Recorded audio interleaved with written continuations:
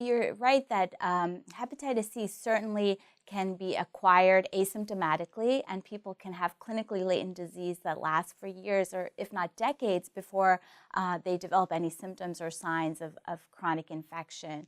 And so diagnosis can be challenging in that setting because there's not necessarily warning signs or specific symptoms to prompt a physician to look for hepatitis C. And so this is where screening becomes important for diagnosis. There are two main types of tests that are used to diagnose hepatitis C, and they are serological tests and nucleic acid-based testing.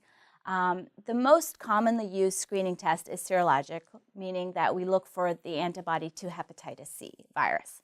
So all patients who get exposed and infected to hepatitis C will develop the antibody, and this is regardless of whether they go on to spontaneously clear the infection or establish chronic infection.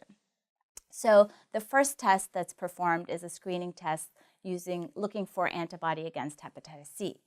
Now, since I mentioned that even those who clear the infection will still have antibody present, it's important to then do a second test to confirm the presence of chronic infection. And this is where you look for hepatitis C RNA. So you actually look for the virus in the blood. And if you find that you're able to detect the virus in the blood, then that means that chronic infection has been established. Anywhere from about 15 to 30% of people who've been infected with hepatitis C will actually go on to clear the infection and not have evidence of chronic infection, i.e. they won't have detectable virus in their blood.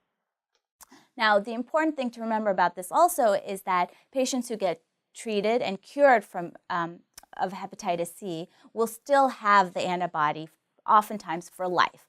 And so if they were to get reinfected with hepatitis C, using the antibody test would not be helpful to detect reinfection. In that setting, you have to screen patients who have been previously infected and treated with the nucleic acid test.